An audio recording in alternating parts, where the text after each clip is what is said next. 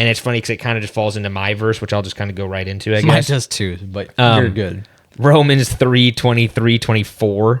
For all have sinned and fall short of the glory of God, and are justified by his grace and as a gift through the redemption that is Jesus Christ. So obviously same type of thing where it's like, this world sucks. We've all sinned, no matter what it, it can be any sin, from just drinking to sex to blah, blah, blah. It's all the same. There's no level to sin. It is all sin.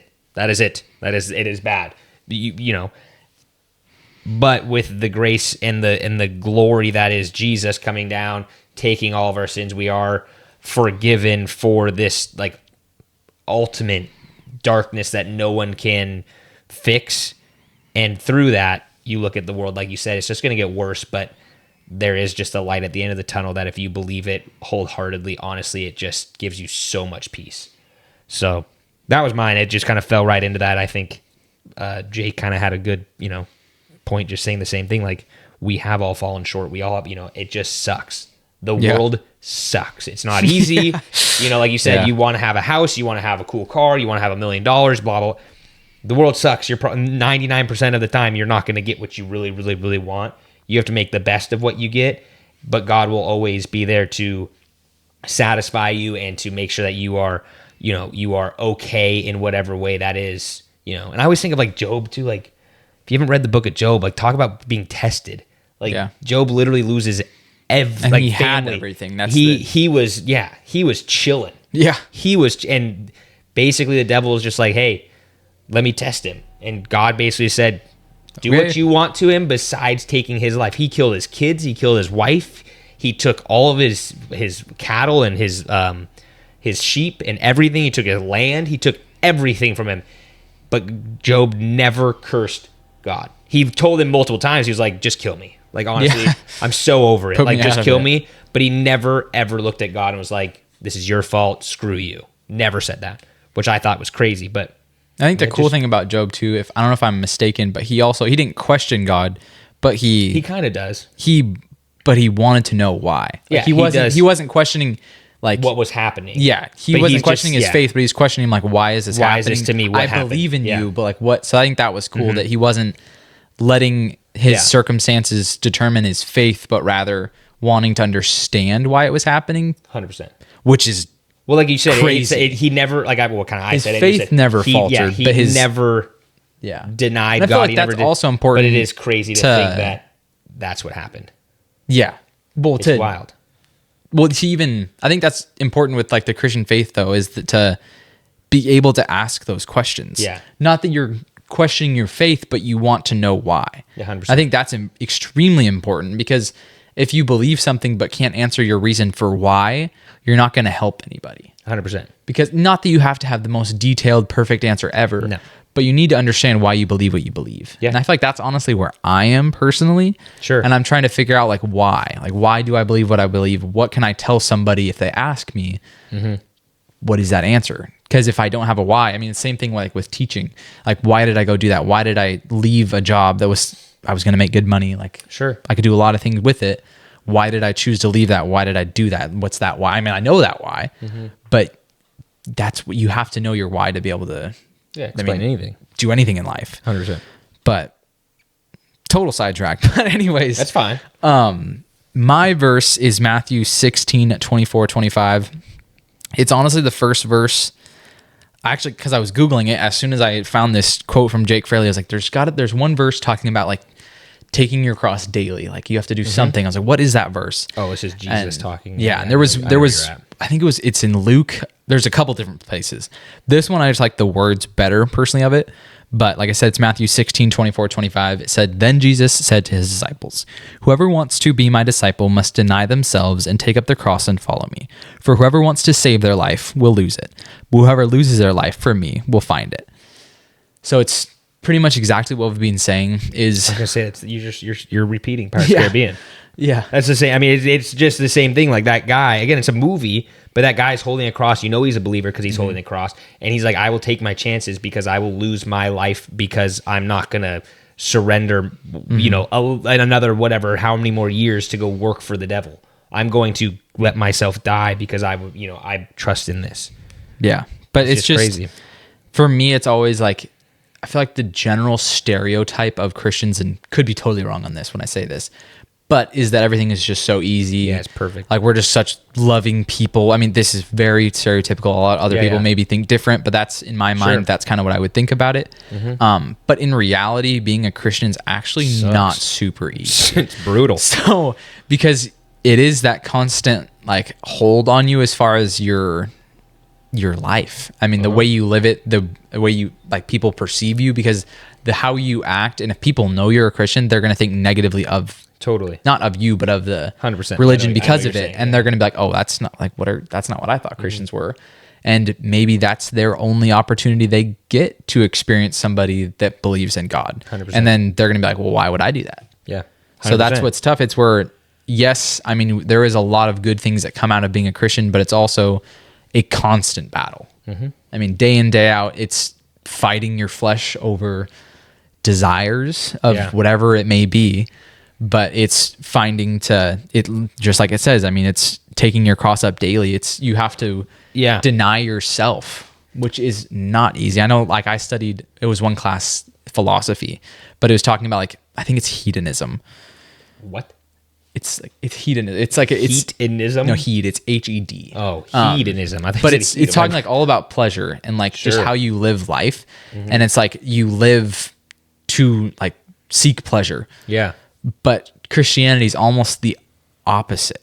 Yeah, you don't want to have pride. You don't want to have more so. You receive like happiness through doing things for others. Sure. So it's like a kind of a you want to get rid of cross cultural thing in a sense. Sure. But well, I think the interesting thing with that, well, utilitarian, I think, is also utilitarianism. That might be it. I think that's it. He's speaking words I've never heard in my life, to be honest with you. It was only one class, but it was interesting. Philosophy is crazy. The other part of that verse that I always find interesting is the first sentence Jesus says is, if anyone would come after me, let him deny himself and take up his cross and follow me.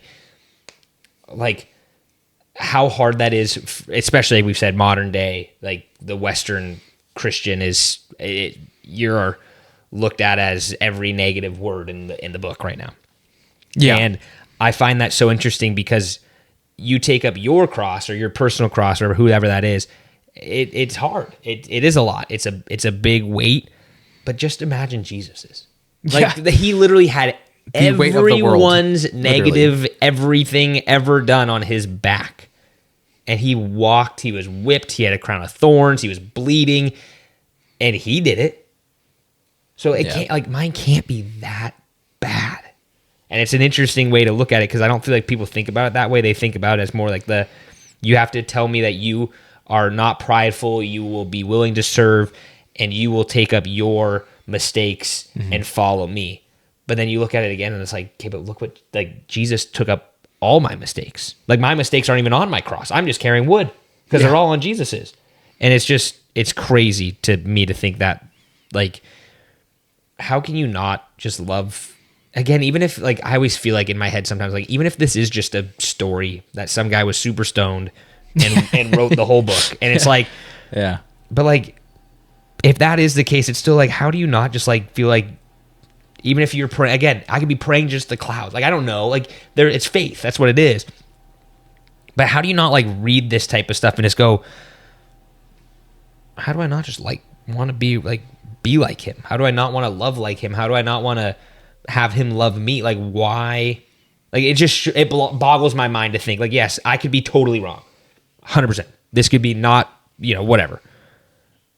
But I just look at it and read it and I just go, how do you not want to follow him? How do you just not? Like, and there are like other religions that are that way too. I get it, but it's like you read some of these books and you read some of these things, and it's like, huh?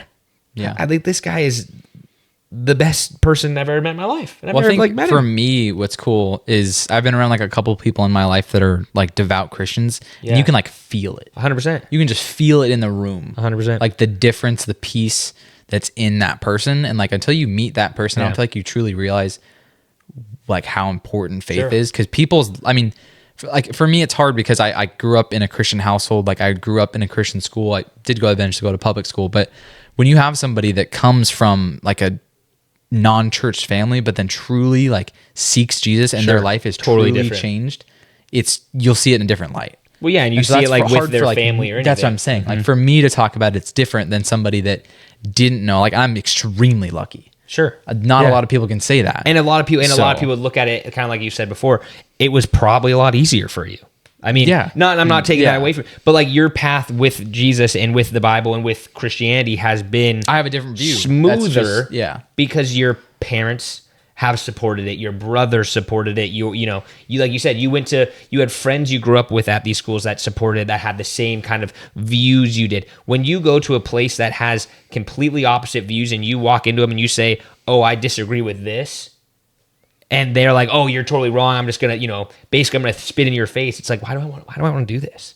So it is so much harder for some Well, people. that's the thing. Like going to public school, it was a little bit different because I honestly caught public school like at the tail end of Sure. where it is now, but it is completely Yeah, different totally crazy. from what I was used to. Yeah, 100%. But the cool thing about it is you also get to learn from a lot of different people, Sure. different things, and you also, the thing for me is you get challenged, and you get put in situations that you wouldn't be in. Yeah. And so it forces you to grow. Yeah. I mean, it forces you to, like, if you want to pick this, like, you're going to have daily challenges. You're going to have it's a daily battle. challenges and daily choices to make that happen. It's a battle. So honestly, I'm really glad that it happened to me Sure, because it forced me to 100%, grow a lot in ways that I wouldn't have if I stayed in that kind of circle in public Totally. school. Obviously, there's different things that come with that too. That's a whole other. I mean, whole I think other thing, but- it goes up and down for everyone. I mean, a lot of people that will grow up in certain things and go to college, and college is like a tidal wave of whoa. That's for me. That was high school, And that's crazy. And so it's just different for everyone. But yeah, it's definitely it definitely can be an interesting journey for anyone. Everyone's journey is a little different too, for sure. for sure. That was fun. A little different than last week. I was gonna say it was a little better than last week. A little peaceful. Last week, we're not talking about the Cougs anymore. Hey, we made it through. All right. I'm just gonna stay quiet this time. There we go. Nice hair. I know the gel and the hat doesn't match very well at all. It's okay. No. It's not great. But dear Lord, thank you for this day. Thank you for this podcast. Thank you that we had a little bit of change of tone this week. I think it was a good little break for us. I think it helped us to work through some things to also help us grow as well too. Lord, I just thank you that today I found out that I am going to be student teaching with one of my teachers from high school. I'm just very thankful for that. I know that she's a good teacher and that I'm going to learn a lot from her. So I'm really excited for that come January. And Lord, I pray for Kellen as his season starts to ramp up. I know it's a lot of excitement. A lot of things are going to be happening. I just pray that this opportunity just keeps being a good thing for him, that he learns a lot from it. I mean, I know it's going to be super exciting to be in that, just in with the team. I just pray that he makes an impact on the players, and I also pray that they make an impact on him. I know that that'll definitely be both ways. He'll learn from them, and he's going to learn, or they're going to learn from him, and he's going to learn from them. Lord, I pray for my aunt, as today she was admitted to the hospital. I just pray that you're with her and the doctors as they go through these scans, just making sure that everything's okay. I just pray for her. And Lord, I just thank you that we have this opportunity to have this podcast and just obviously talk a little bit about you through the vehicle of sports, and just thank you for everything that we've been given. I just pray that we go throughout this week, just share a little bit about you with those around us. In your name I pray. Amen. Amen. Thanks for listening to the Kind of Athletic podcast. Please like and subscribe to all our social media platforms, and make sure to come back to hear more from the Kind of Athletic podcast.